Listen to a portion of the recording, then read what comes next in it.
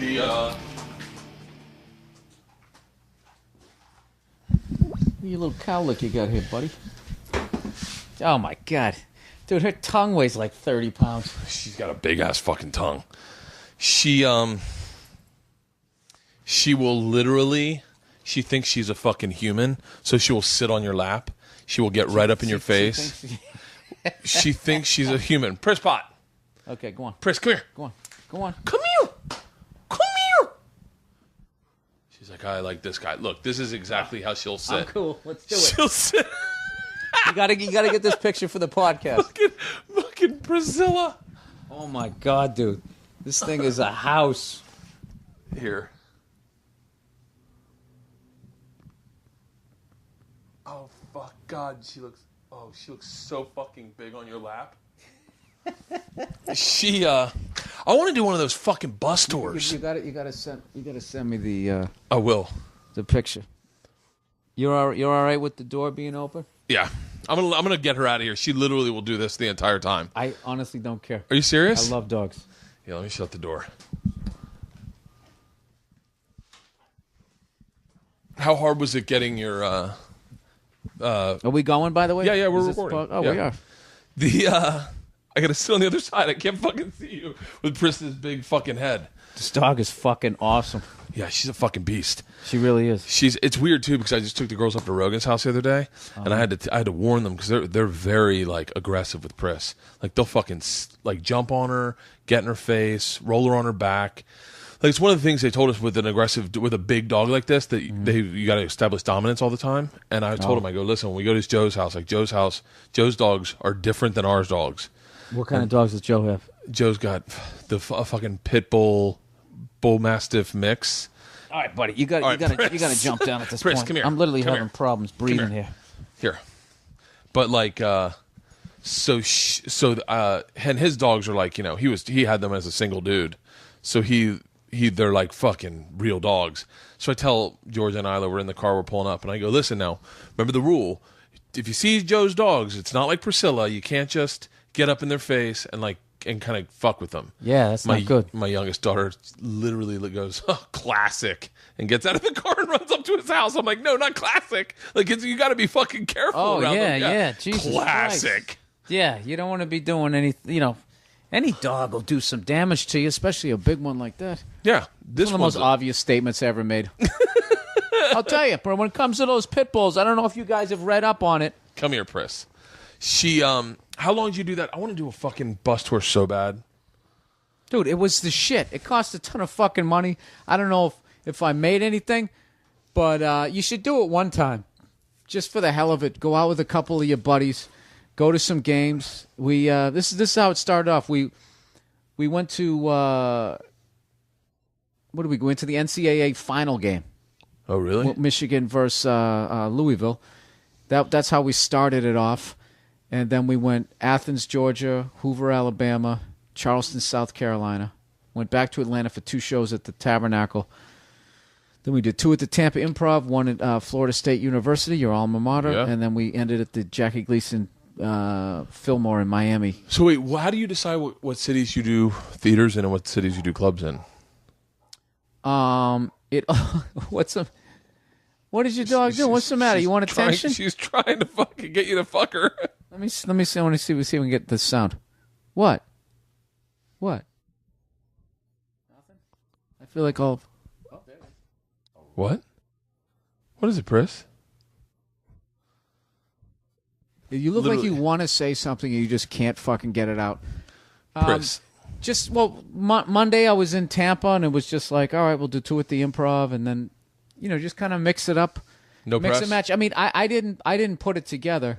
Oh no, yeah, press. You do like the radio tours, like living on the West Coast. It's like, all right, you're gonna be talking to the Tampa morning show at 4 a.m. your time, and I work it out with, I'm whatever. confused. I'm at the point now where it's like I would love to do one-nighters instead of like doing a whole weekend places, just because you can make good money and you're not gone for the whole fucking weekend. That's the fucking exhausting.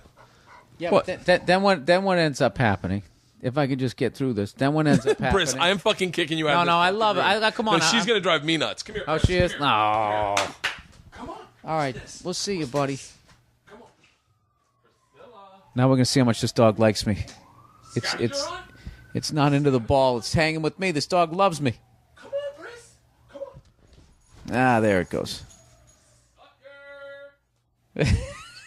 That's so fucking mean. Oh, look at her face. I thought we were going to play. What happened? She is fucking, I told you, man, she's fucking on thin ice in this house right now. My wife got these new shoes, wore them last night. They look so fucking good. And Pris chewed up the heel. Oh, Jesus. Yeah, she chewed the heel. Dude, a dog eating a woman's shoes is like eating a man's TV. Yeah. You know what I mean? Like, that's the level that they like it. I got to sit in this chair over here. I don't know why, but I just feel like I want to be sitting like this talking to you. So I don't have to fucking crick my neck here. What was I going to say? Am I the only guy who doesn't own kettlebells? Fuck? Everybody I know does them, and they look good, and then they fuck up their shoulder or their elbow. I fucked up my back bad. Yeah. I was riding roller coasters at the time, too. And I was doing kettlebells, and I fucking threw my back out, and then I got on a roller coaster the next day. I had to ride one like 13 times for a show. Oh, no. Fucked my back up, and I was literally... And it's been fucked up for 2 years. 3 years now. My back is still messed up. All up in You know my what the most neck. amazing part of that story is that you knew about kettlebells 3 years ago. Like, to me, those are like brand new. That's like... Oh, seriously? How long have you known Rogan? He's been talking about preaching kettlebells for as long as I've known him. I've known him for 2 You know, we never get around to working out. We never talk about working out. I don't even know what we talk about, but all I know is in 2 seconds, like 4 hours has gone by. I've had the greatest time ever, and we both just laugh, going, "We got to do it again. We got to do it again." Yeah. I don't have any idea. I did someone's podcast. You know who Zane Lamprey is? Who? Zane Lamprey. Zane Lamprey. I don't think I know him. He did a show on Mojo called Three Sheets a long time ago, back when HD TVs just came out. Mm-hmm. So I did his podcast, and we were talking, and he was like looking at his watch. I go, "What the fuck are you looking at your watch for?" And he goes, "We're around an hour." I'm like, "Dude, I've done podcasts that are 5 hours long. I did a podcast with Rogan that was 5 hours long. Like, we did a 3-hour podcast, then stopped, started a brand new 3-hour podcast, and did 2 hours into that one." That's insane. It was just getting so fucking wasted. We were blitzed. Oh, well, you guys, you were getting fucked up while talking into a microphone. Yeah. Well, you know something? Like, who the hell was I talking to the other day? Like, it's so great to meet a guy, like, over the age of 35 that'll still party. Yeah. You know what I mean? And I always say, you know what the worst thing, like, when I was doing Jay Moore's podcast, and I was just like, I was saying, like, God, I would have loved to have drank with you. It's almost like seeing, like, a great athlete and they're, like, retired. Like, can you imagine if we were on the same team? Yeah. You know? I have never... Running the floor. I would have liked to have drank. Like, I always thought that, like, Norton would have been an interesting person to drink with. Like, we used to play a game. I know. You don't think so? No. I said I know. Yeah, like Norton. Bobby Kelly, I don't know. Bobby Kelly, I think all of a sudden he'd be like, "What the fuck, dude?" He'd fucking slam a glass in the side of your head. I'm always shocked that Dane never drank. Like, that always shocked me. You know what? He never drank, so I can't even picture a drink in his hand. That reminds me of Patrice, the late great Patrice, rest his soul. I remember one time I saw him drink a Guinness. We went into a bar, and he's just like, I want to try one of those Guinnesses. Yeah. So they gave him a Guinness, and I swear to God, he just took the thing. It was like Norm on Cheers, except he was swallowing. He didn't just open, just pour it in. He fucking just went. He just was like 3/4 swallows. Kind of went like that. Then he looked at me and just shook his head like, "Nah." And that was it. And that guy never drank. I actually get more nervous with the people who never drank, and then all of a sudden they're drinking. Like, in this business, like, you'll see somebody who never, just like... Tommy Johnigan. Do you know who that is? I know who he is. I don't know. Tommy Johnigan never drank his entire life. Right. Like, literally, prodigy. One of the funniest fucking kids I've ever worked with in my life. Like, worked with him, and I partied, and he was like, "No, it's not for me." And then I run into him in Cincinnati at this brouhaha thing, and he's like, he's like, let's get fucking wasted. And I'm like, oh shit, the wheels have come off. Yeah. And it was one of those nights where it's like, he's doing all the shit you did when you were 17. Yeah, he has to learn all those lessons. Yeah. Yeah. You're watching that curve happen of like, oh, you're not allowed to take your shirt off and stand on the bar. I learned that in college. Yep, and then also you start, even though you're hammered, you start recognizing people's looks on their faces to be like, oh, this is when I should shut up. See, I used to keep talking, and then I had way more shit to apologize for the next day. But Patrice and I were in Scotland for back when.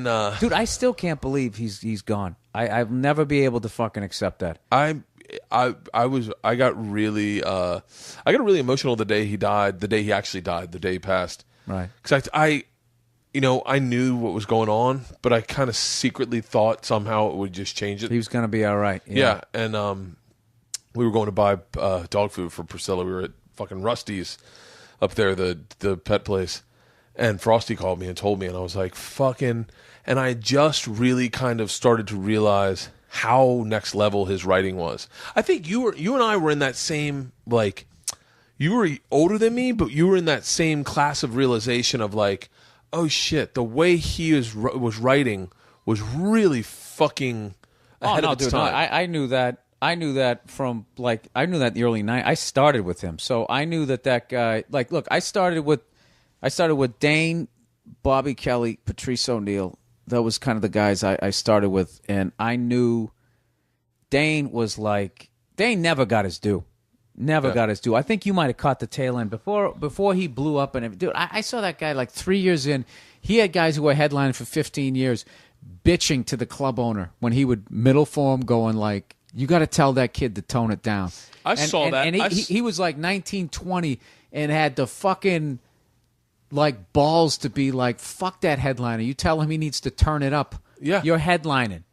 If he doesn't want to do it, I'll fucking close the show. This is like a fucking 19, 20-year-old kid. I saw the tail end of that. I saw the part where he wasn't famous. Everyone was like, why isn't he famous? He's so fucking funny. And he was doing bar spots. This is back when like people were like, you want me to do a bar? And he was doing bar spots. Oh, when he on the Sunset Strip. Yeah, what was that called? Irish place. Highlanders or... No, it wasn't Highlanders. It was probably one of his bits. You see that bit about his dad banging his mom and there can only be one Highlander? I always loved that joke. What the fuck was that called? Donovan's. Dublin's. Yeah. And he was murdering that room, and that made murdering in a bar possible. Like, he was the first guy that I saw, because in New York, I always felt like... in New York, when I started, I felt like anyone could bomb at any time. He was the first person I saw that I was like, oh shit, he'll never bomb. Unbombable. He did not bomb. And I remember watching him. And he did not fucking level the room. Right. Like, leveled the fucking room. Like, closed every showcase I was ever a part of. I never saw him not close a showcase. Yeah. And he'd walk on stage with this, like this, I know. Like, I know how this is going to go, just like you know how this is going to go. It's going to be pretty fucking amazing. And I remember seeing that confidence when he'd own a stage. You're right. He never got his due because he blew up so big that there was only room for backlash. Yeah, I mean, I don't know. It boggles my mind why that happened, but I never felt like he could. So, anyways, I started out with him, and when I saw him, I was like, this guy's. It was the early '90s. I'm like, he's gonna be famous by 1996. You're talking about like the heyday of like the end of the heyday of like sitcoms, and MTV was still playing videos, and it was before TRL, but it was like, and he was just in that wheelhouse. He had that whole generation, and Patrice was someone that I looked at and was like, I mean, everyone was going like, dude, like, because everyone just kept thinking you do stand up and then you get a sitcom, like, and all these older guys like, would just like how brilliant Patrice was, and like he was working pretty much clean in the beginning. He had a lot of clever stuff, and they were like, "There's no way you're not gonna. You even have the name Patrice live, ABC at 8:00 or whatever." And but I always knew, like, because he was wherever he was at as a comedian. But I used to give him a ride home. My old fucking '83 Ford Ranger was hilarious. Me, skinny me, and big. That looked like a bad cop show, and I'd fucking drive him into the hood. And, you know him, how much he would talk, right? We would sit there in front of his fucking house. I still had a day job. we'd sit there until like, I pull up around 11:30, and there was times I didn't leave till like 2:30 in the morning, just talking about fucking comedy, talking about life, talking about race, just talking about everything. And there were nights when we would do that for a couple hours, and I'd go home, he'd call me up, and he would literally talk to you to the point you had to switch ears because one ear would start be like all hot from the phone being up to it. And yeah, but he was somebody like, that guy was literally I feel like the gap that there is between like the funniest, like a professional comedian and the funniest guy at the office, the gap that is between that, I thought Patrice had that same gap between him and the funniest guys who are doing stand-up, obviously myself included. And it's one of those things where you can watch his specials and you can listen to his recordings and stuff, and you're only just literally scratching, like just like he was. You're scratching he was a fucking experience. You just had to be. He was amazing. Were you there that night when he took on that transvestite outside the cellar? I've told this story so many fucking times. He was holding court in front of the cellar like he always did, sometimes till 4 a.m. Were you there that night the lady poured the water on us? No. We were out there so long and laughing for trashing each other. Dude, I came up with some of the funniest fucking guys ever, and we never wrote anything. We never shot anything. We just sat around trashing each other. It was before being a comic was a business paradigm, where you're like, well, I'm gonna tweet it. I'm gonna. Like nowadays, it's like, and I say this, and Dane was ahead of the curve on that with the super finger and all that shit. Now everybody's like, in their own way, is coming up with their own sort of like. Nowadays, you would never get that group to hang out because someone would be podcasting it or vining it. Like it was just funny guys. All they cared about was like flexing that muscle and learning how to get funnier. Well, yeah, but the thing, it wasn't like we were better than this new way. Like, if that option existed, we all would have been staring at our fucking smartphones instead of looking at each other's shirts and I would say this is literally the time you're talking about is right at the curve when cell phones showed up. Like, and the Nokia was I remember the big getting one. shit because I was still using the payphone at the cellar. Keith Robinson, look at Billy. He doesn't got a goddamn phone yet. He's still like, take some of your feature money, stupid. And he would yell it across the cellar and all that. But yeah, so anyway, one time there was this transvestite, and Patrice was holding court in front of the cellar, and I believe he was kicked out of the cellar at that point. But they couldn't stop him from hanging out there because upstairs was a restaurant. It was like this technicality. And I think they also knew that if Patrice hung out at the Boston Comedy Club, we all would have just done our sets and gone over to the Boston because you had to be around him.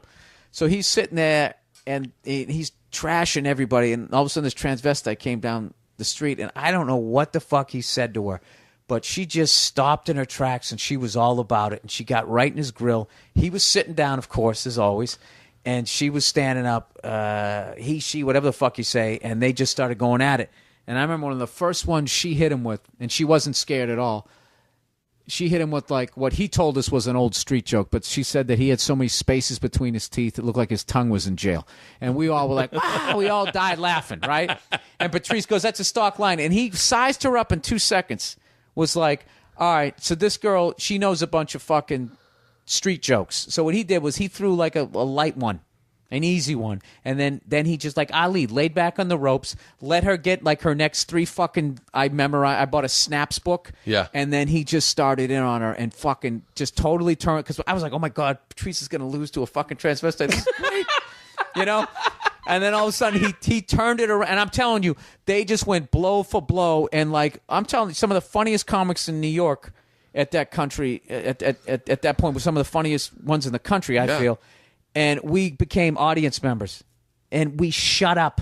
A comedian, we all shut up and sat there and just watched them volley back and forth. And Patrice finally, started turning the tide, so she started walking away, was still running her mouth. She never quit, but she left.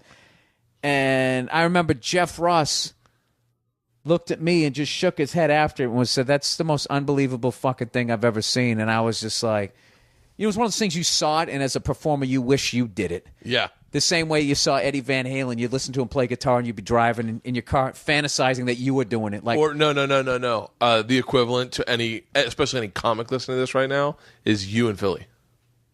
Oh, that's it. That's one of those moments where I saw it, and I went, oh, I wish that had been me. I would have never been able to do that. And that's how performers look at that shit. And that's one of the highest compliments. So I really appreciate that. I'm telling you, I literally. Well, if you watch that I thought you were gonna say, if you want, just go perform in Philly. Oh yeah, right. Yeah, just go out. Yeah, show any sort of weakness in the anywhere in Philly. But when you watch me when I yell at the DJ, like I'm trying to fucking work something out here. Yeah. He was actually relaying something Patrice said because all the comics came to the side of the stage and were watching it by the end. Yeah. And he yelled out "Invincible." That's what he yelled out. Oh. Which would have been perfect because I would have been like, you fucking Eagles suck so bad. Some guy from a bar gets a tryout on your team. Not only gets a tryout, he makes your fucking team and has an impact, right? Like, I could have gone on forever, but I didn't. Like, I was so in attacking anything that talked to me. Yeah. And I always felt bad because the DJ, and because he kind of pointed over at Patrice, which was funny because me and Patrice weren't really talking at that time because we had that big fucking battle on O&A because of that fucking idiot radio show. Yeah. And that Philly thing was the first time we were backstage. We actually started like fucking talking again like friends because I heard that live that you and Patrice, you were on the phone, right? Yeah. And that's the worst thing about the internet. It was like a 3-month fight in our relationship, but it lives on forever. Yeah. And people still ask me about that. And it was just, we were doing this guy's show, and the guy the second I walked into the studio, he was just giving me shit, and I was thinking like I remember I came walking in the studio, and and they'd already given me a water, and so like one of the guys working on the show goes, "Bill, anything else you need or anything?" I was like, "No, I got a water. I'm good. All I need is some headphones." And he turns around and goes, "We'll get you some cans. We'll get you some cans." Who was this guy?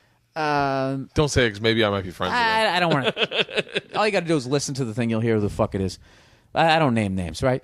So then I was just like, whoa. And he just kind of kept coming at me like that. So I thought it was like, okay, this guy thinks maybe I'm coming in from New York, so I think I'm better than him. Yeah. So I thought like this was some little hazing thing. Like, okay, this guy's going to break my balls for a couple of breaks. And once I show that I have a sense of humor about myself, he's going to warm up. He never did.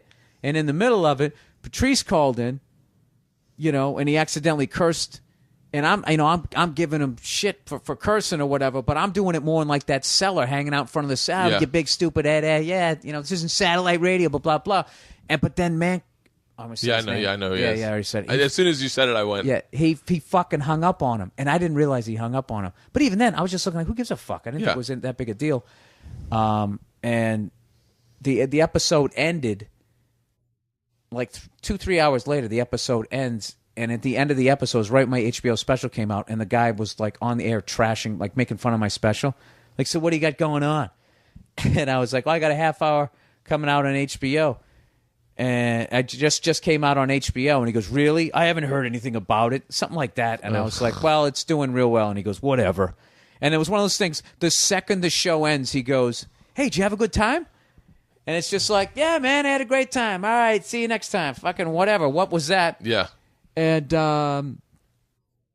it was after the episode. That's when me and Patrice first got into a fight because I got off and all it was a message going, yeah, that guy's a dick, man. Give me a call.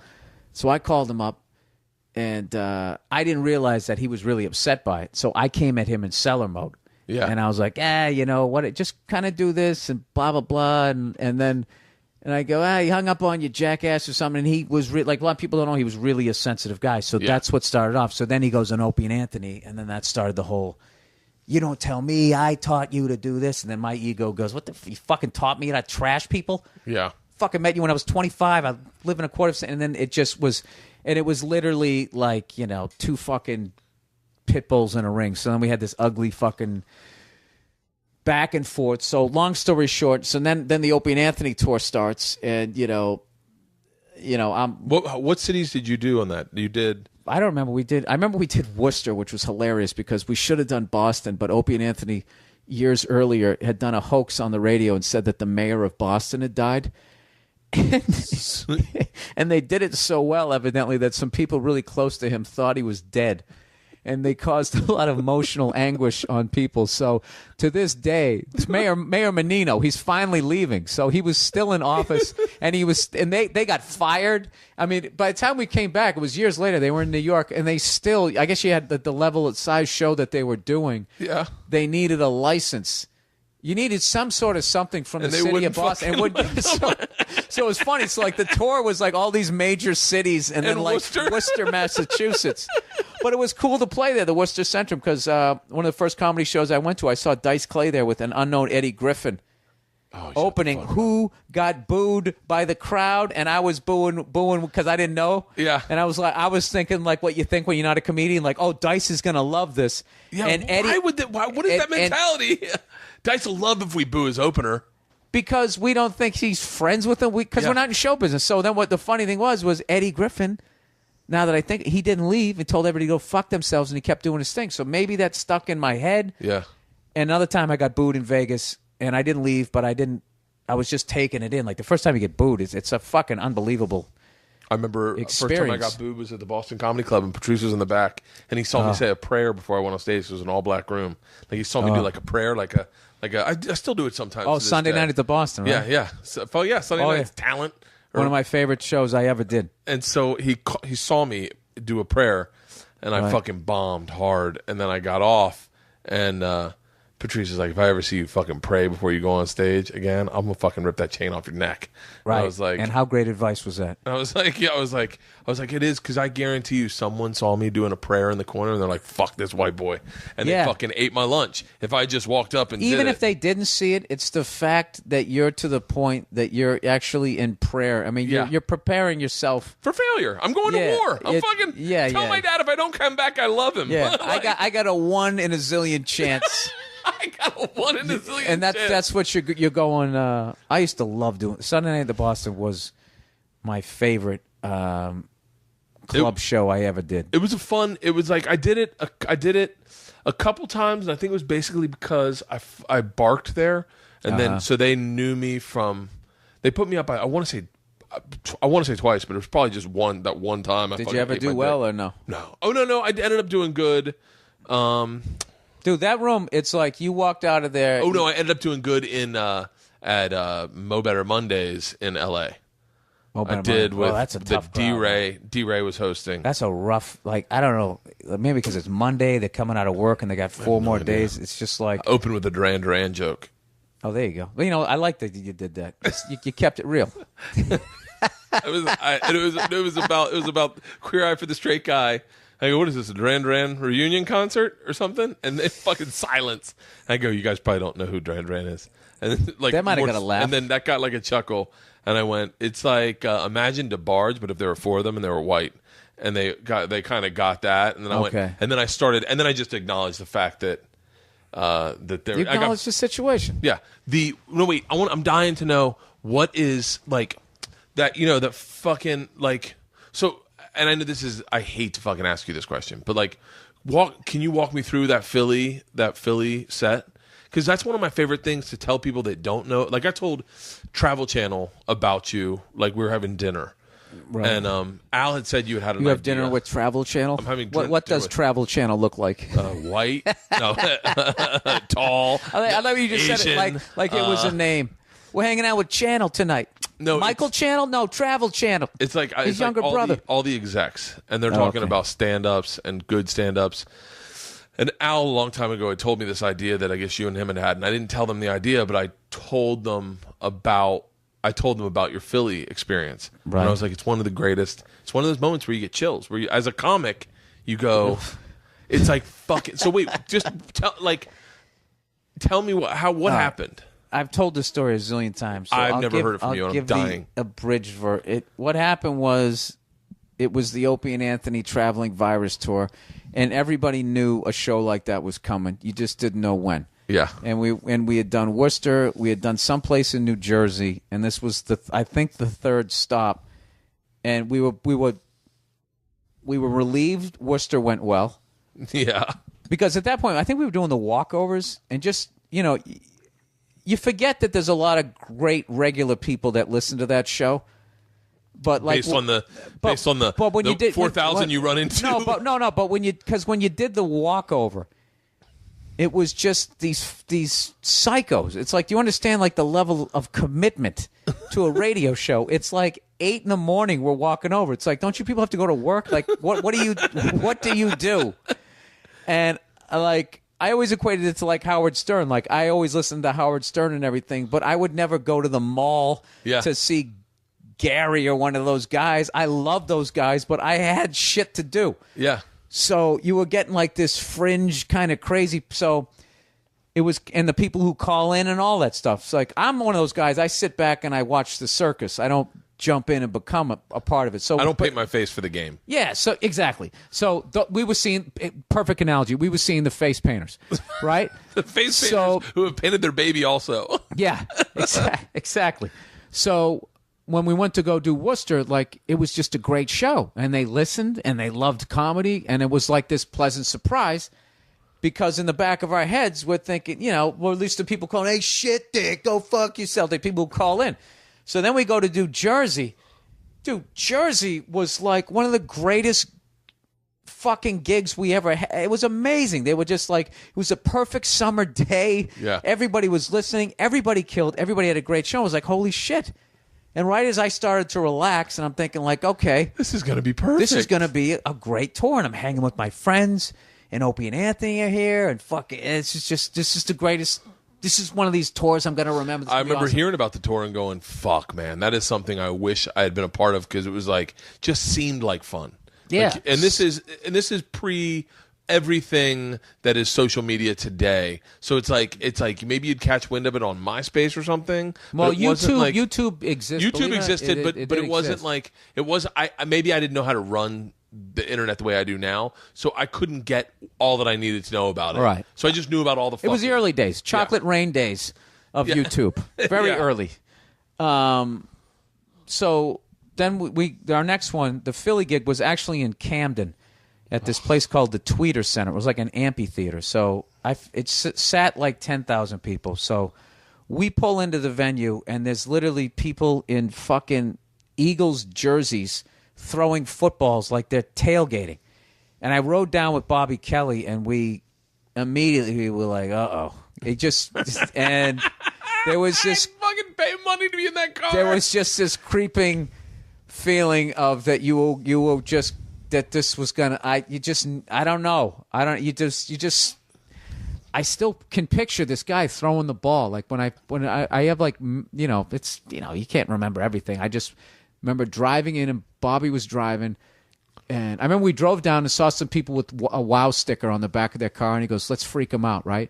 Well, the WOW stickers are the Whip It Out Wednesdays, the promo there. So we beeped the horn and we fucking just stick our heads out, at the whatever. And they looking at us like, what the fuck's... And then they kind of recognize us and then they freak out. And we laughed, drove away. So we had a great time coming down, and we're laughing and joking around, thinking everything's going to be great. So anyways, kind of had to backtrack. We pull in, and it looks like the Eagles are playing the Cowboys or something. Yeah. And we're like, this is a fucking comedy show? Are they having like a preseason game here next? Like, what's going on?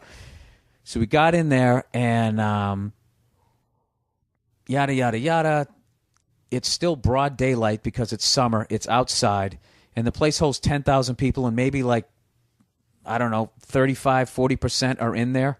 Maybe 20% are sitting down. The rest are walking around trying to find their seat. And Voss goes out and brings up the first act, who I'm not going to name his name because he went out there.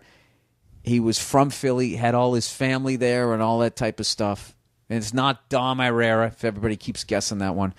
It was broad daylight. He goes out there and just does his act. And within, I don't know how many minutes, he starts getting booed. And, dude, everybody backstage is just going like, oh, God, in their own way going, it's going to be one of these, right? And I'm looking at the list. How far down the list am I? This is how it's starting. So he goes out there, and, like, by the end of his act, it was this core group of people that started booing him, and then it got a little bit bigger. So there was probably like maybe like 1,000 people just chanting, asshole, asshole. And this guy was so deer in the headlights, he just ends his act with like, as they're chanting asshole, he just goes, thanks a lot, you guys have been great, good night, right? And gets off stage.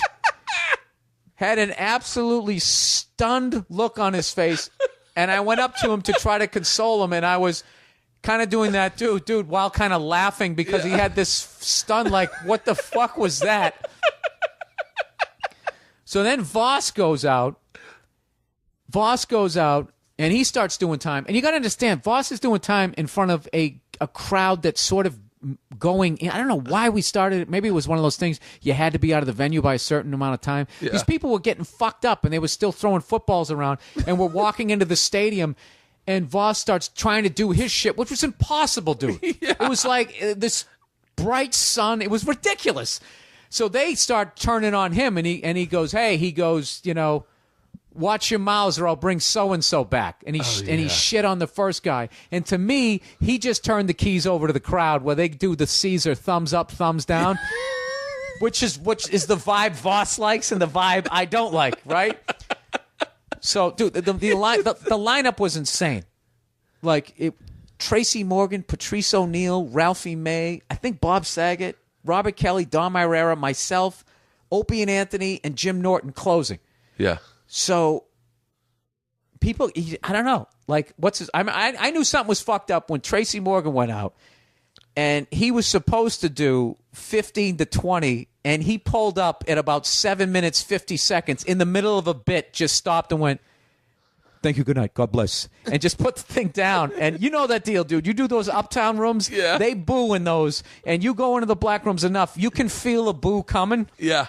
And he was just looking around. It's like he saw the ocean go out, and he went, "Oh, there's a tsunami coming, guys." Smartest fucking dude of the night. He looked at this bunch of crazy drunk white people. They're not going to remember if I did 7 minutes or 17. Yeah. God bless. I'm out. Put down the mic and fucking walked off.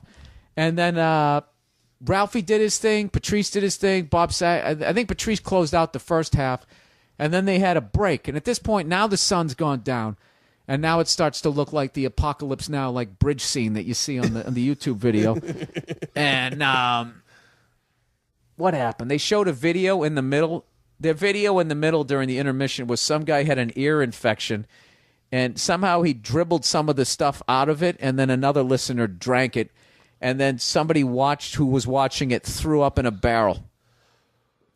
So that was the let's all go to the lobby moment of that show.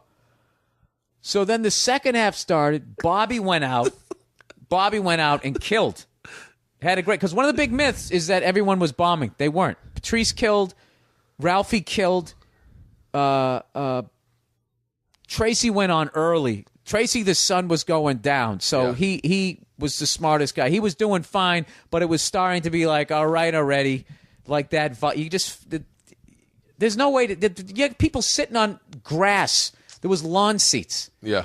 In broad daylight watching stand-up comedy, and you're this fucking big, and then there's a bit, and they're hammered. It was an impossible situation. So Bobby came out to start the second half, and he killed, and then Dom went out, and Dom fucking A-level material, standing there delivering it, and about three-quarters through his set, the boo bird started coming back. Now, nobody has booed since the first guy, so let's end that whole myth. And the first guy went on around 7. This is now around 9:45 at night, which is always great. You know, let's do a 3.5 hour comedy show outside of a drunk people. What could go wrong? During the change of day to night. Oh, yeah. So Dom, about three-quarters through his set, the boo bird started, and he just stood there like eloquently. And he just said, you know, he goes, I'm not leaving. He goes, what? Why would you think I would ever leave? And it was just almost like philosophical, and they were kind of like, oh yeah, what were we thinking? And they kind of stopped, and then he ended his set. He ended it on a good note. And at that point, I was annoyed. I was just annoyed because I was sitting there going like, this is one of the greatest comedy lineups that I've been, as far as up and coming guys that I've been around. Yeah. And these fucking people are treating everybody like shit. And, you know, and I'm a defensive fucking angry dude anyway. So it was just kind of the perfect storm. So I walked out there not even nervous. I was like, these guys don't even deserve a show. Fuck this. What the fuck am I even doing on this tour? So basically, I did the reverse of you praying. I went the completely other way. I walked in there like I was walking into like fucking Vaughn's to go buy a fucking chicken breast or something.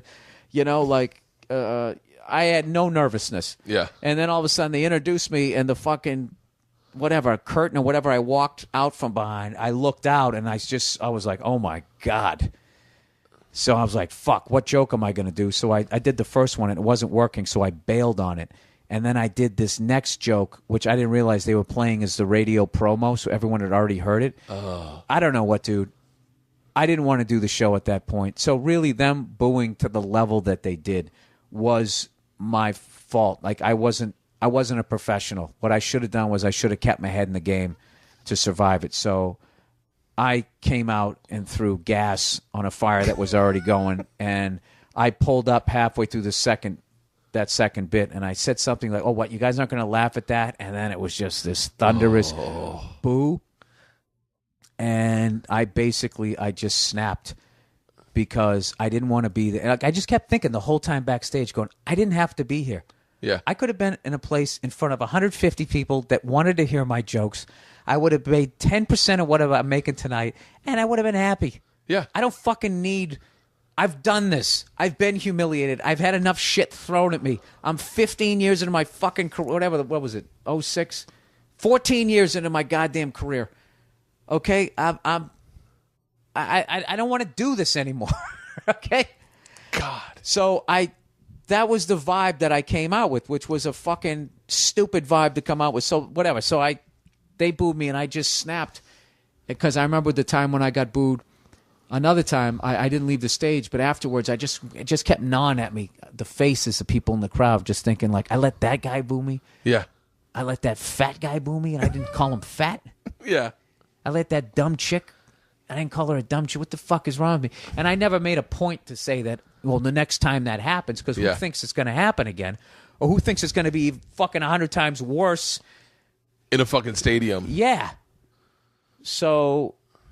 that's basically what happened, and I'm a big sports guy, and that's really what saved me. Because people go, oh, you turned the crowd around because they respected and blah, blah. No, because what it was in Jersey, so it was close enough to D.C., it was close enough to New York, and it was in Jersey and Philly. So what you had was fans of the New York Giants, the New York Yankees, the fucking New Jersey Devils, the Washington Capitals, the Washington Redskins, and all of them are in the same division. And you're making fun of... They fucking hate the Eagles. They fucking hate the Flyers. They fucking hate the Mets fans hate the Phillies. Yeah. Giants, Redskins fans hate the Eagles. That's so fucking interesting. So that's what it is. So I started shitting on their teams, and I know my stuff when it comes to that stuff, and I just so happened that I was also in a city where they were having this championship drought,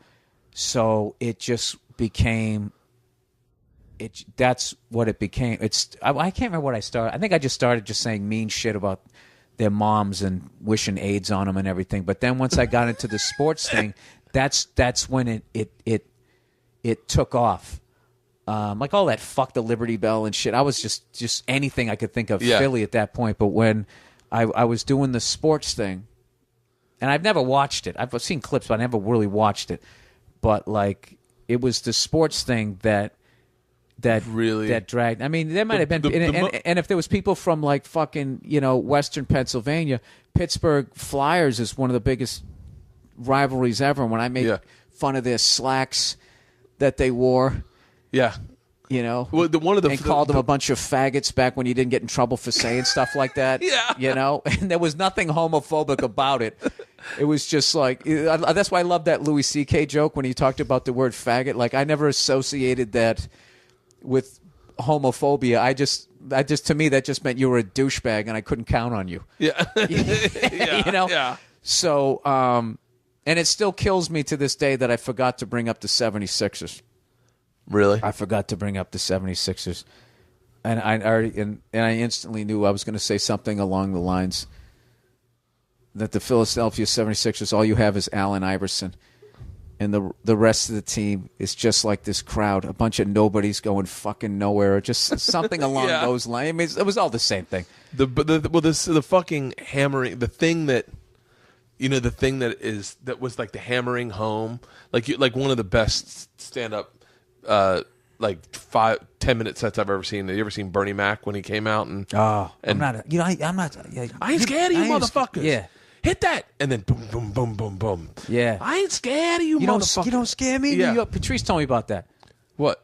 Patrice told me like To watch that? Well, no, he just told me about it for years because we came up in the 90s before, like, you know, the internet was just a bunch of computer nerds, I don't know, playing ping pong. I don't know what the fuck it was at that point. Yeah, and sports lines. But you couldn't, there was no, YouTube was still 10 years away. So he told me about that and was basically saying the same kind of thing, that a bunch of guys were getting booed off stage. And Hamburger Jones was the one before him, I think. Is that his last name? Hamburger Jones? Hamburger. Right? Hamburger. Yeah. So he told me that he came out and was like, you don't scare me, New York. I'm not afraid of you, and all that type of stuff. And so that's the thing. Like, that's why, like, I get undue credit for the Philly thing. It's just like the Philly thing happened right when YouTube happened. So there was somebody there to document it. Where, like, Bernie Mac, rest his soul, had already done it. No. It's the thing that I pulled out from both of them was you had the I ain't scared of you motherfuckers in that fucking 7 minutes.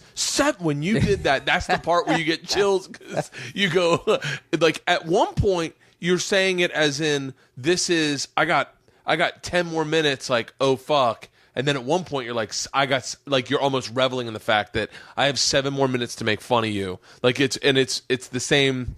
I was never reveling. It might look like I was, but I wasn't. I had a fucking headache at the end of it, and I was like 2 days afterwards. I was locked. You ever hear like when they say somebody has he had a death grip? Yeah. You know, like I remember hearing this hilarious story. I remember watching this with my mother, and we were laughing our asses off the way this guy described this.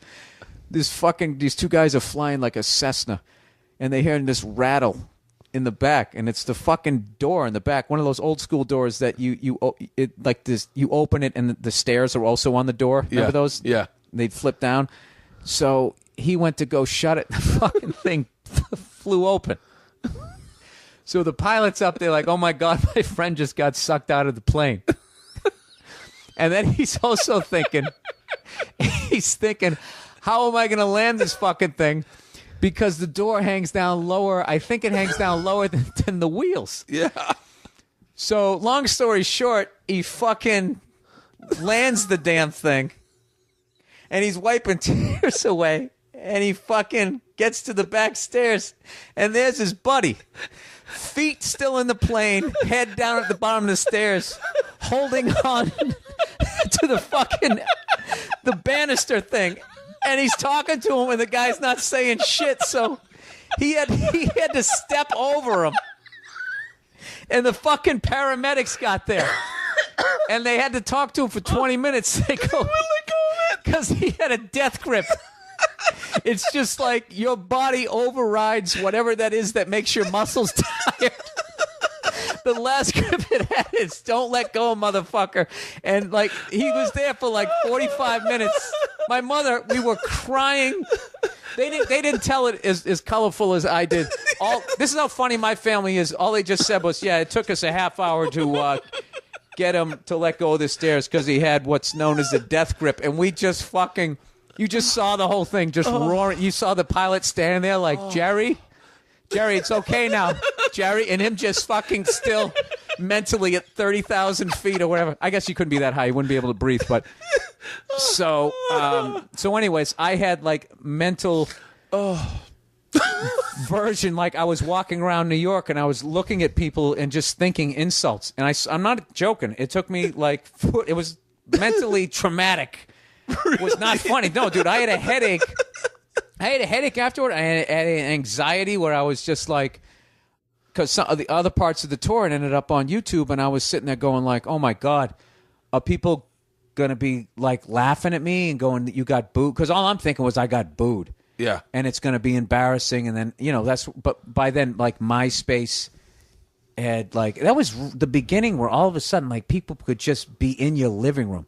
Yeah. Where like before then, like if something like that happened, the only people who saw it where the people were there, and maybe they called in the local radio station, and you know, and you know, some of your buddies who from high school, if they lived in the city, dude, I heard you got booed. But that whole fucking thing then was just like, it was filmed, everybody saw it, and then people could find you on MySpace and send you mean shit. Yeah. And that's all I was thinking. And then we did one more show after that one was in Cleveland, and my brain was going, don't go to this one. Don't go to it, because they're just going to boo you, because at this point everybody had talked about it and they loved it, but it was already starting to take on a life of its own, where it was way beyond what really happened. I mean, it was a simple formula. I just attacked what they loved. It was simple. I started with their mothers, their girlfriends, their bodies, you know. Yeah.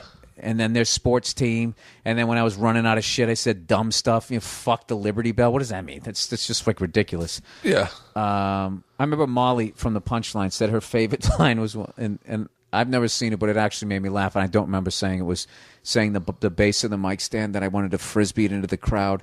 And I said, I hope I hit a baby.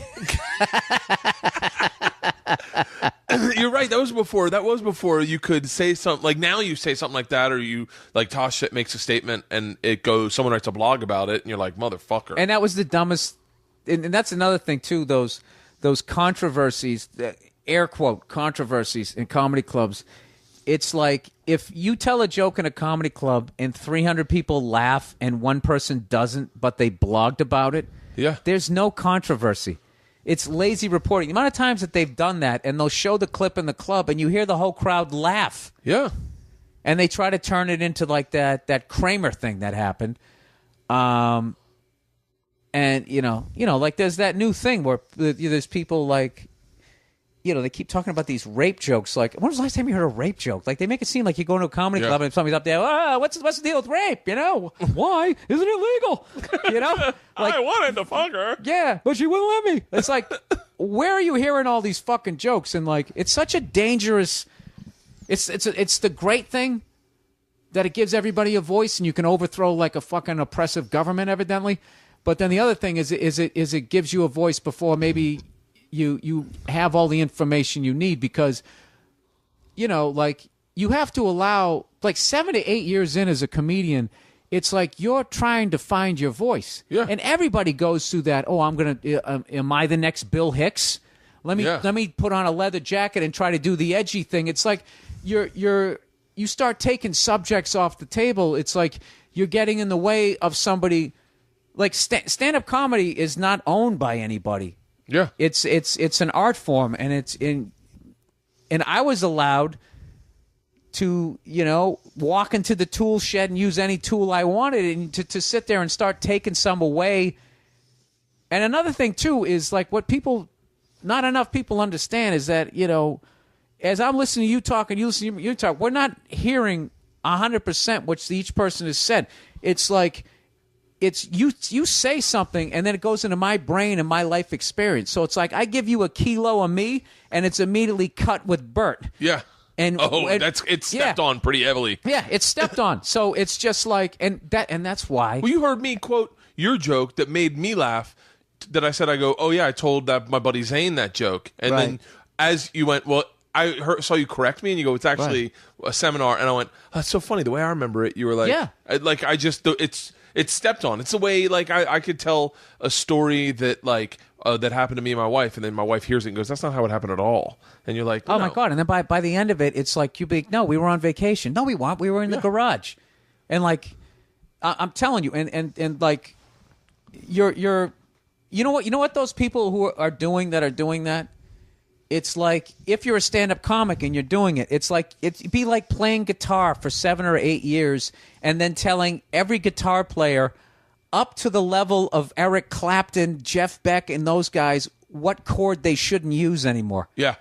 And it's like, I don't think it's deliberately arrogant. I just think it's a part of being 7, 6, 7, 8 years in, and you know, you just have the ability to just fucking put your opinion out there, you know? Yeah. And I'm not mad at anybody saying that type of thing, but, like, you know, the journalism is so fucking lazy now that's the kind of thing that picks up steam, and that's like a snowball effect, and you know, like look, when you go on stage and you do a joke about a fat person, who gets offended? Fat people. Fat people. Yeah. Right? But 5 seconds ago, they're laughing at the rescue dog bit. Yeah. But the person who works at a fucking rescue, they're mad. Yeah. So it's because and it's just like, how come the fat guy laughed at the PETA shit, and how come the PETA person laughed at how come the PETA person never gets fucking offended at the fat shit, and the fat guy never, you know what I'm saying? It's just like, because it's my words getting cut with your life experience, and if it's something that's really traumatic or close to your heart, all of a sudden you don't hear a joke anymore. You somehow you saw me telling jokes for a half an hour, and then all of a sudden, no, that's a statement, because now you're mentally on the playground in 1978. You're not even hearing me, and then you sit down and write a fucking blog, and you start saying, this is what he said, and this is what he meant. You don't know what the fuck I said. Yeah. This is what was said to me, and here's my fucking life experience, and now I'm throwing it up on a page. That's what you're doing. You know? Yeah, I'm off my soapbox now. No. I feel that way exactly. I went through, thankfully, when no one could. Well, I was at the time, and I think it also happens like at the time where you're trying to find your voice and you're trying to be Bill Hicks, and I was trying to be edgy, and all I talked about was race. Like all that. Right. I mean, that was what, because I thought that was dangerous at the time. Yeah. I was doing it. Not a lot of white dudes were like talking as honestly as I was trying to talk, and it was never mean, but I definitely got in trouble a few times where it was like, you got yourself into situations, and that's learning to be a comic. You start to see where the line is. How do I get out of situations? Yeah. What am I trying to say? Is this me? Is this what I'm doing? And it's like, you know, you learn an instrument. Don't play country music. yeah, Don't play. Fuck that whole thing. You know, it's interesting too, because I think now I'm finally. Now I think I'm a lot more comfortable with who I am as a comic, but I don't know. Like I don't know. Well, that's all finding you. Finding your voice to me is this, like, you're sitting. The first time you get called up, right? Other than your nervousness, let's say you're sitting there waiting to do your first show. When you're sitting there and you're talking to somebody, you're you, and you have your voice. What fucks you up is the first time you go on stage is like an outer body experience, because you're literally like, I can't believe I am on a stage right now. Yeah. At least this was for me. Once again, cut with my experience here. And I'm holding, how do I do this? How do I get the mic out of the mic stand and all this type of stuff? So you start moving. You start implementing things you've seen other people do. Like, I remember I saw Geraldo. I'll never forget this. Right. I saw Geraldo take the mic out of the mic stand and put his arm on the mic, hand on the mic stand, like outstretched, like I remember I used to do that. Yeah. And he'd put his hand on the mic stand and like stick his arm outstretched. And I remember the first time I did that, I went, I bet this looks real to these people. Like thinking, like this. I bet they think I'm better now. But this is the thing. When you're off stage, you're not going like, I'm going to sit down in the chair like I just saw that other person here in Starbucks sit down in the chair. So you Right. you stop, like, you don't even move how you move. You walk differently because you're so aware that everybody's paying attention. So all finding your voice is just being as comfortable as you are when you're sitting in the back. Well, you did shooting the shit. You did. I'm gonna say this, and then you can correct me. But like, you did a 180 at one point. I feel like I'm gonna say, this is obviously cut 100% with me. I remember the night. When did you come to New York? I started in like 90s, late 90s. 90s. I went on my 26th birthday, so I'm 40 now. So 14 years ago. 14 years ago, you would just math in there. Was it 99? 99, 98. Yeah. Oh yeah. I started hanging out.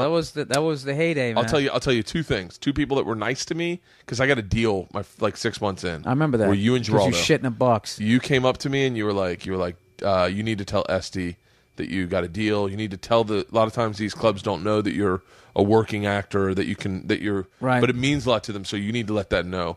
And don't tell anyone anything. Everyone's going to shit on you. It happens. Geraldo said the exact same thing.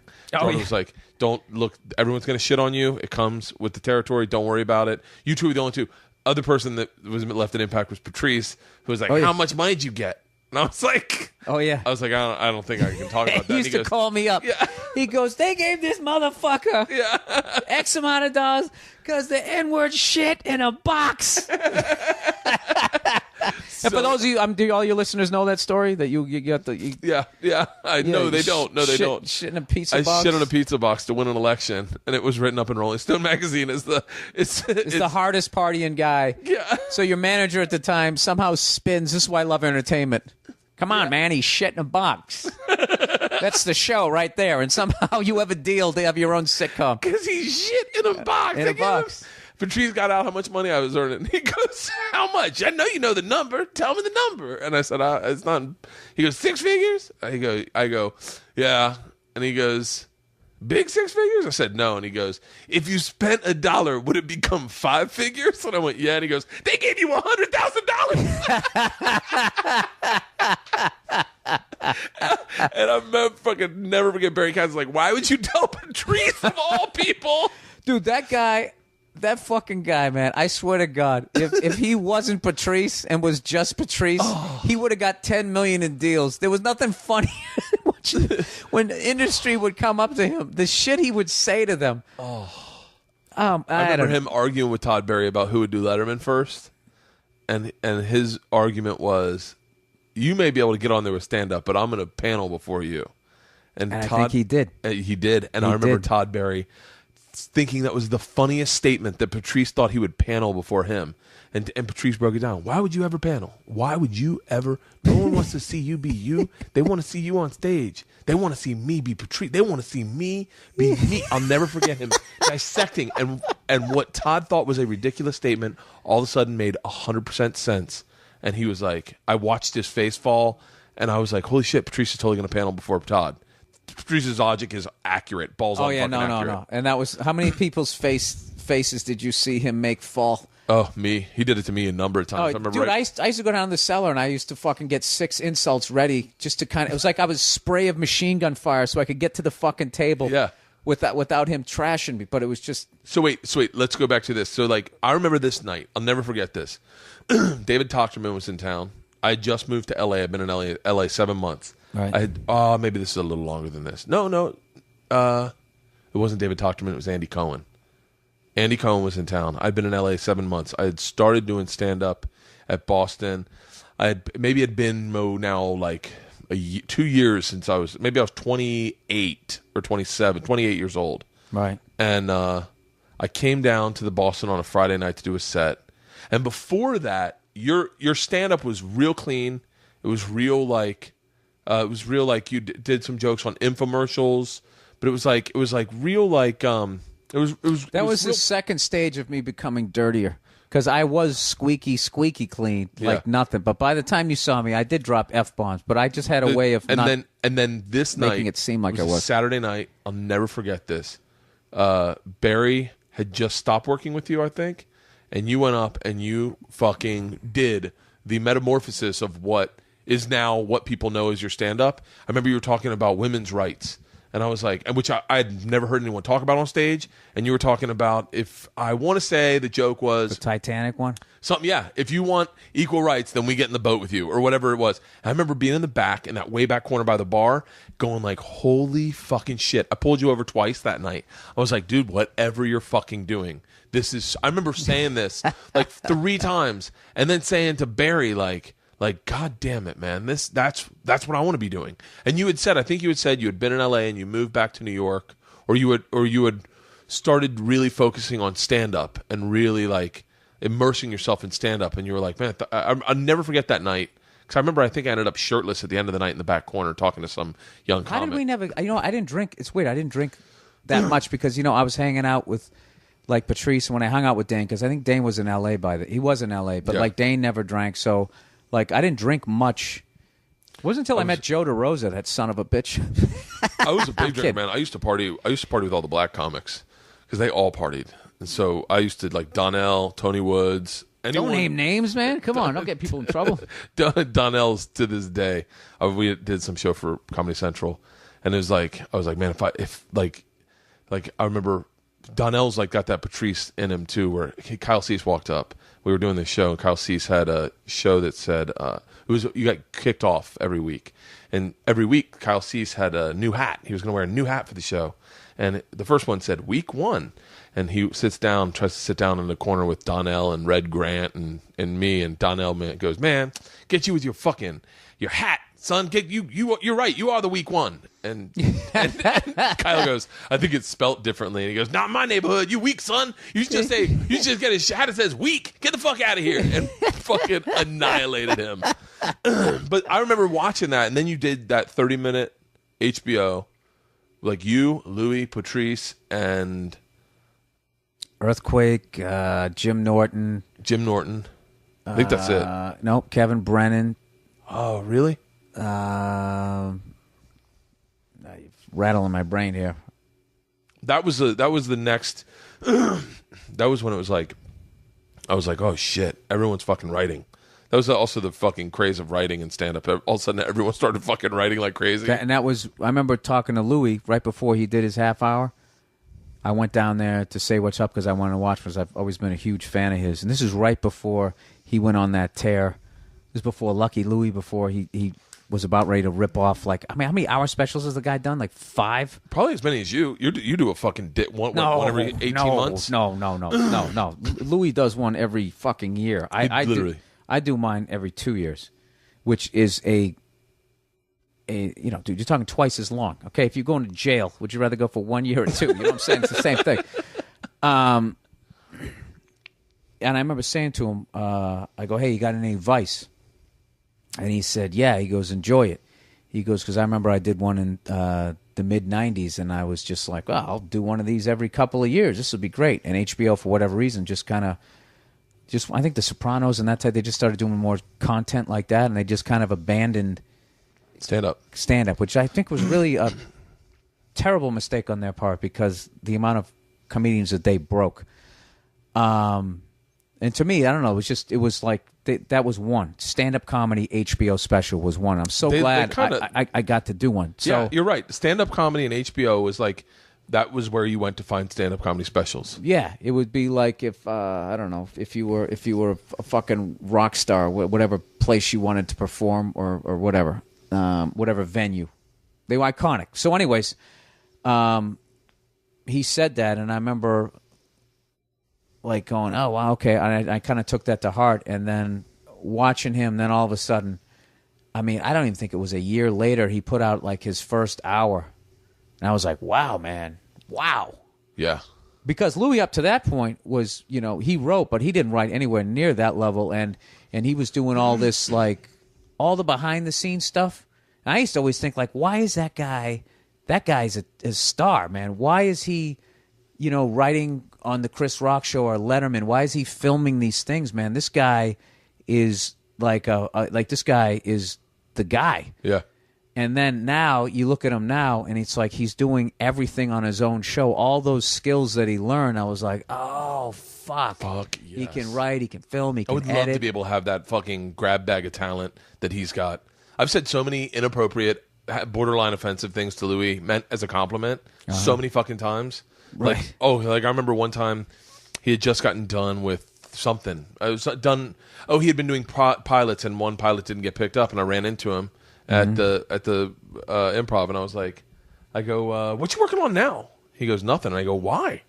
And he goes, because I'm not. And I said, but are you serious? I was like, dude, you should be doing something like almost like I was his mom. Yeah. Like, why don't you should do a movie? Yeah, you should do a movie. But I Right. saw him that way. Like, to me, he was that guy that could make something happen, create something out of nothing. Like, could. Right. And I was like, I remember being kind of dumbstruck. And then he was like, I'm just doing a set here like you are tonight.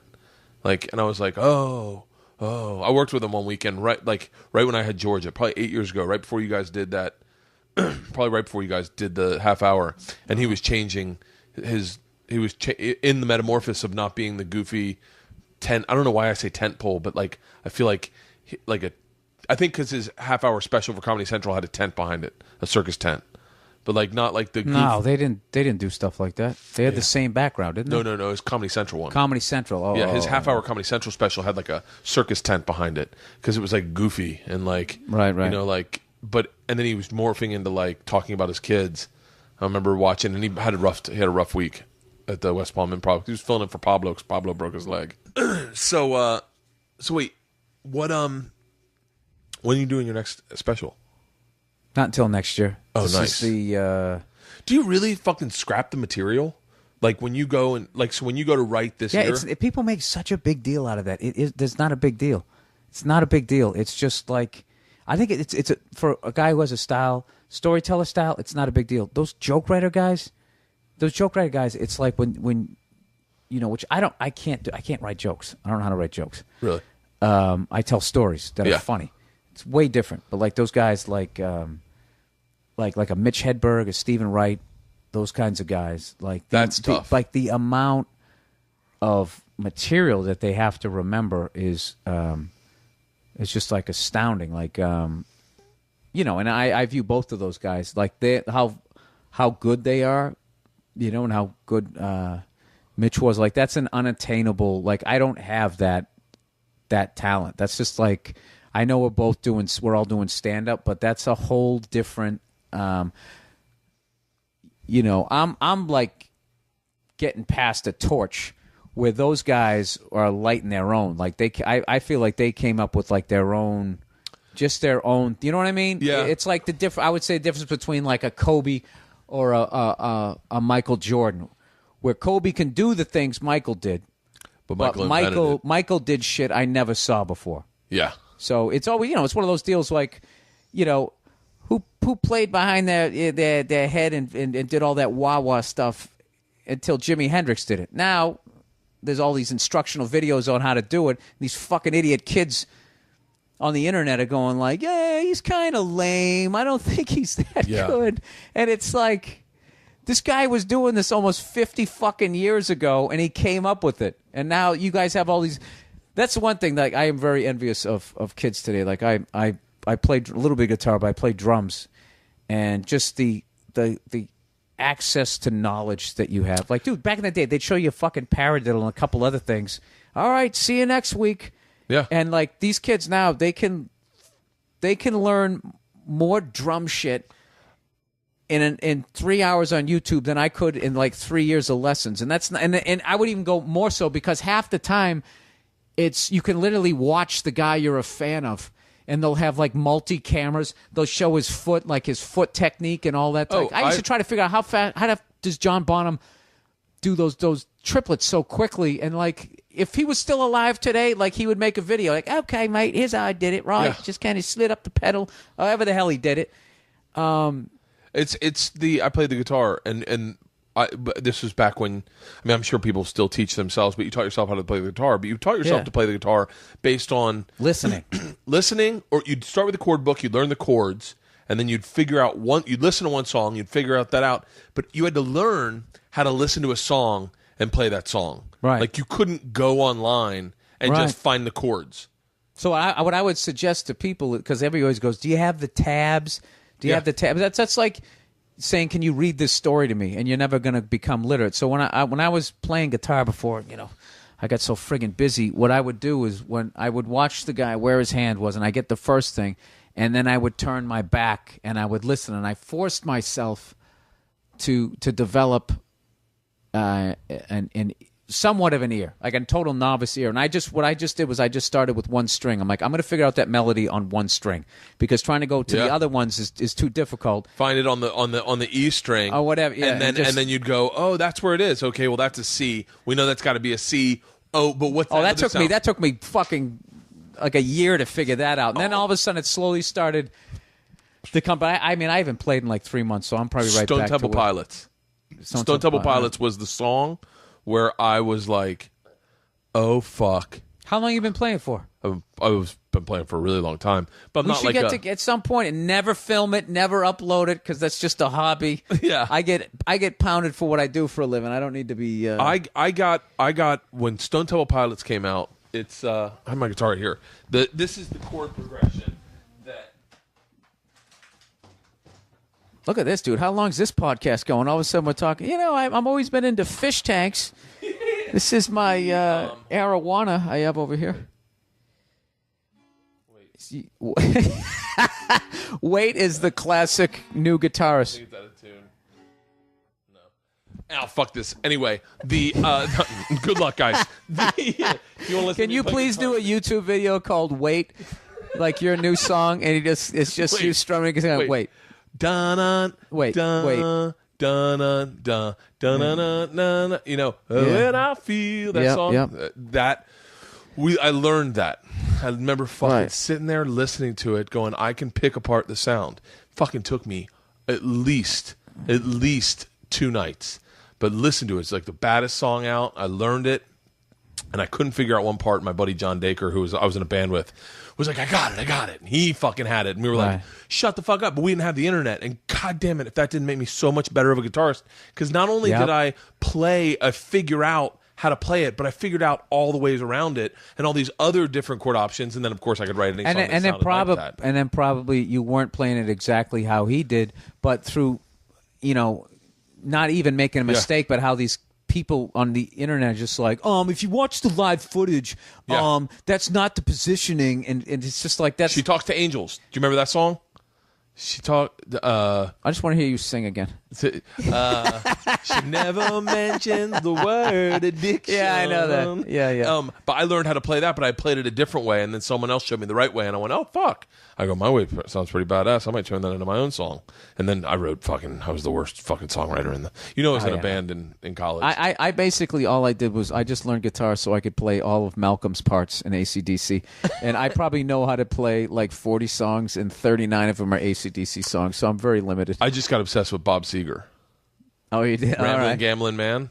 You ever heard that? Yep. Oh, fuck dude, I worked in a warehouse. They had classic hits on forever. Like some of those songs, I almost get like fucking like food poisoning if I hear them because I'm just so like I can't hear this fucking song again. Like I had to leave Zeppelin, Pink Floyd, The Doors, all these bands for like 10, 15 years and just forget. Yeah. And then come back and be like, oh God, these are so great, when they remastered them for the 9 millionth time. Oh, how many times has Jimmy Page remastered the Leds? Like, no, this is the clearest you're going to be able to. It's like the same material. I always get Led Zeppelin and The Who mixed up in my head. Like not the music, but the band, what they look like. Constantly. Because they both had crazy fucking drummers. They both had really good looking lead singers. And the guitarists were the fucking talent. Blonde lead singer, black haired. I always mix them up. Like who they were. Right. I just heard this big thing about Keith Moon about what a fucking lunatic he was. So wait, are you drinking right now? Yeah. But you always go on like big stretches where you don't drink. No, I took a year off, and then that's a big fucking stretch. Yeah, that's a big stretch. And my longest is I think 21 days. And then I don't have a problem with it. I enjoy it, and then like I put on a little bit of weight, and then I just step away from it. Like I don't have like that. I need it, man. I don't have like that addictive personality. It's called a locked singlet. What is it? It's a locked singlet. Okay, I can't debate whether it is or it isn't. It's called a locked singlet. It's in your brain. We're dealing with it with my daughter. When you get a locked singlet, it means your emotions don't have a place for it, and that's what causes that fucking, I need it, man. Like, I need something. I need fucking, it's a locked singlet. It's the new word in our house, because apparently Daddy has a locked singlet. Oh, is that right? As my wife just goes, someone's got a locked singlet, it seems. No, but I have realized is like, I never considered like, food's a drug and that type of thing, and then I'm just looking like, everybody is a fucking junkie.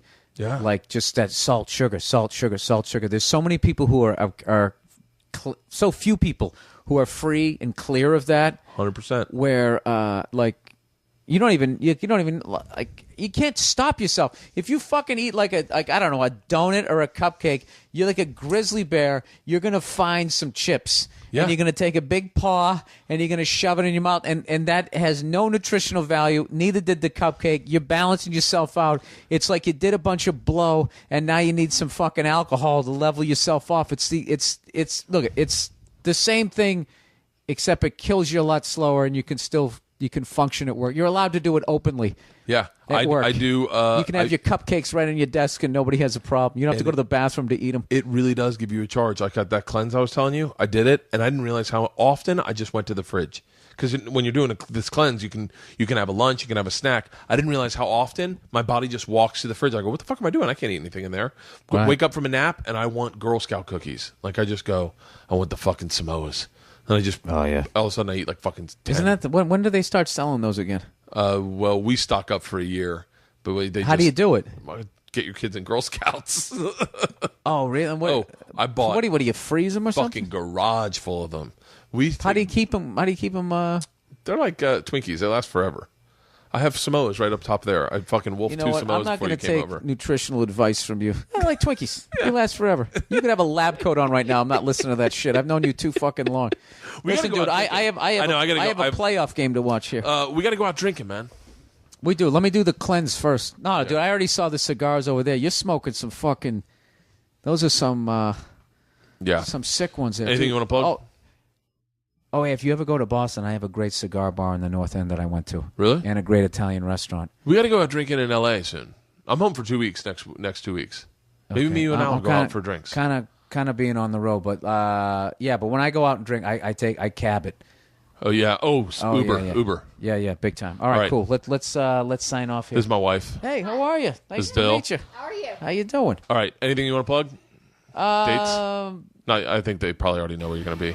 Yeah, just listen to my Monday morning podcast every Monday at BillBurr.com. BURR. All That's right. it. Trying to fucking get you to fuck her. Let me see. I want to see if we can get this sound. What? Nothing. I feel like all. What? What is it, Pris? You look Literally. like you want to say something and you just can't fucking get it out. Pris. Monday I was in Tampa and it was just like, all right, we'll do 2 at the Improv, and then, just kind of mix it up, No mix press? and match. I mean, I didn't put it together. Oh no, yeah, press. You do like the radio tours, like Yeah. living on the West Coast. It's like, all right, you're gonna be talking to the Tampa morning show at 4 a.m. your time, and I work it out with, I'm whatever. confused. I'm at the point now where it's like I would love to do one-nighters instead of like doing a whole weekend places, just because you can make good money and you're not gone for the whole fucking weekend. That's the fucking exhausting. Yeah, What? but then what ends up happening? If I could just get through this, then what ends up happening? Briss, I am fucking kicking you out. No, I love it. Come on, No, she's gonna drive me nuts. Come here. Oh, Briss, she is. come here. No. Come on. All right, we'll see you, buddy. Come on.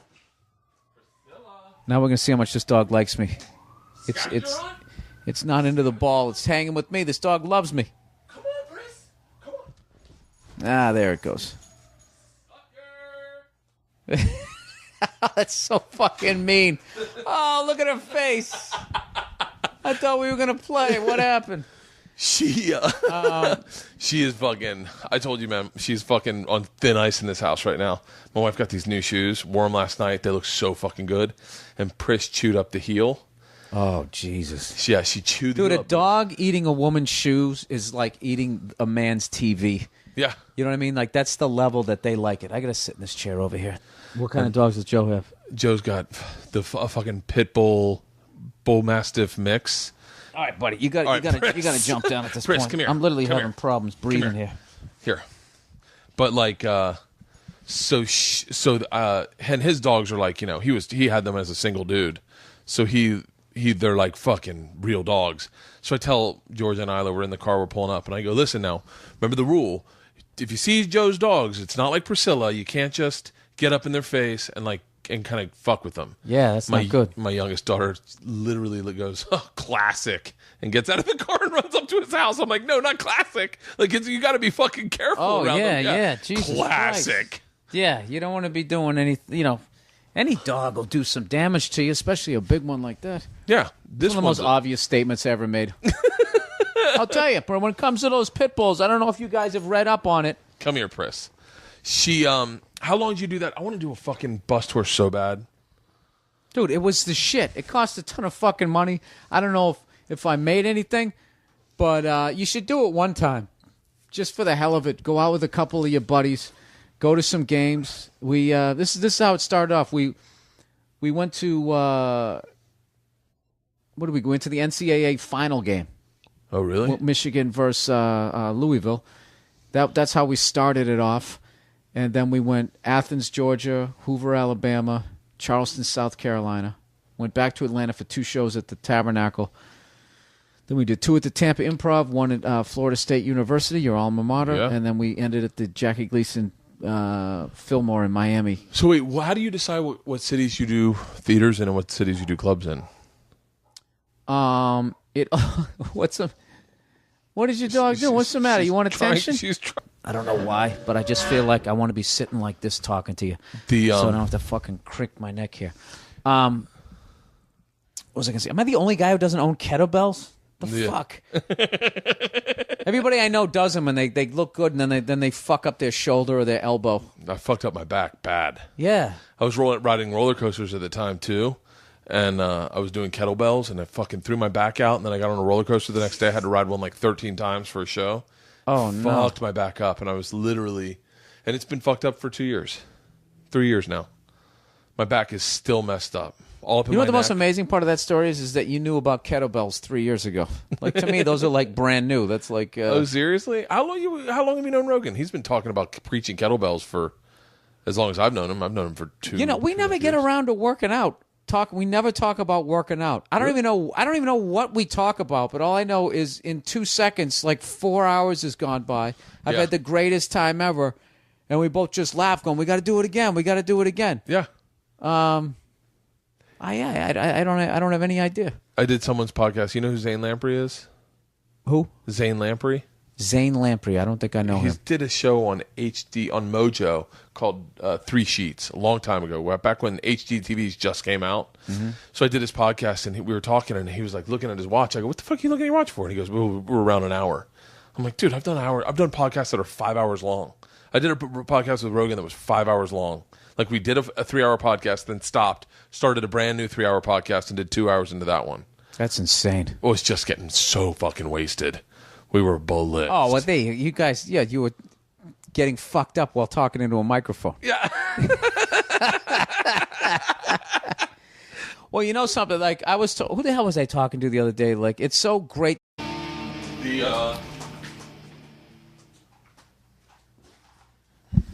Your little cowlick you got here, buddy. Oh, my God. Dude, her tongue weighs like 30 pounds. She's got a big-ass fucking tongue. She will literally, she thinks she's a fucking human, so she will sit on your lap. She will get right up in your face. She thinks she's a human. Pris Pot. Okay, go on. Pris, come here. Go on. Go on. Come here. Come here. She's like, "I like this guy. Look, this is exactly how she'll sit." I'm cool. Let's do it. She'll sit. You gotta get this picture for the podcast. Fucking Priscilla. Oh my God, dude.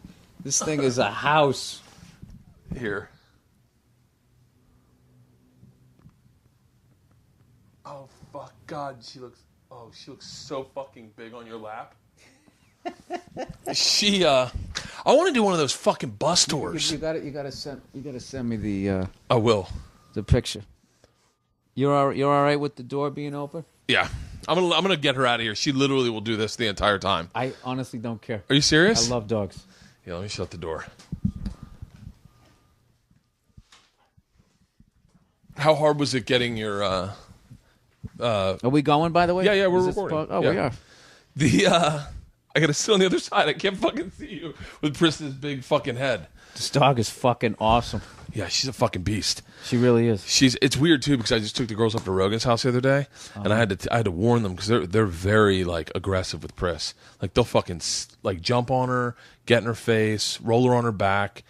Like, it's one of the things they told us with a big dog like this that you got to establish dominance all the time. And I told them, I go, "Listen, when we go to Joe's house, Joe's dogs are different than ours dogs." To meet a guy like over the age of 35 that'll still party. Yeah. You know what I mean? And I always say, you know what the worst thing, like when I was doing Jay Moore's podcast, and I was just like, I was saying, like, God, I would have loved to have drank with you. It's almost like seeing like a great athlete and they're like retired. Like, can you imagine if we were on the same team? Yeah. You know? I have never running the floor. I would have liked to have drank. Like, I always thought that like Norton would have been an interesting person to drink with. Like, we used to play a game. I know. You don't think so? No. I said I know. Yeah, like Norton. Bobby Kelly, I don't know. Bobby Kelly, I think all of a sudden he'd be like, "What the fuck, dude?" He fucking slam a glass in the side of your head. I'm always shocked that Dane never drank. Like, that always shocked me. You know what? He never drank, so I can't even picture a drink in his hand. That reminds me of Patrice, the late great Patrice, rest his soul. I remember one time I saw him drink a Guinness. We went into a bar, And he's just like, I want to try one of those Guinnesses. Yeah. So they gave him a Guinness, and I swear to God, he just took the thing. It was like Norm on Cheers, except he was swallowing. He didn't just open, just pour it in. He fucking just went. He just was like 3/4 swallows. Kind of went like that. Then he looked at me and just shook his head like, nah. And that was it. And that guy never drank. I actually get more nervous with the people who never drank, and then all of a sudden they're drinking. Like in this business, like you'll see somebody who never just like Tommy Johnigan. Do you know who that is? I know who he is. I don't know. Tommy Johnigan never drank his entire life. Right. Like literally, prodigy. One of the funniest fucking kids I've ever worked with in my life. Like worked with him, and I partied, and he was like, "No, it's not for me." And then I run into him in Cincinnati at this brouhaha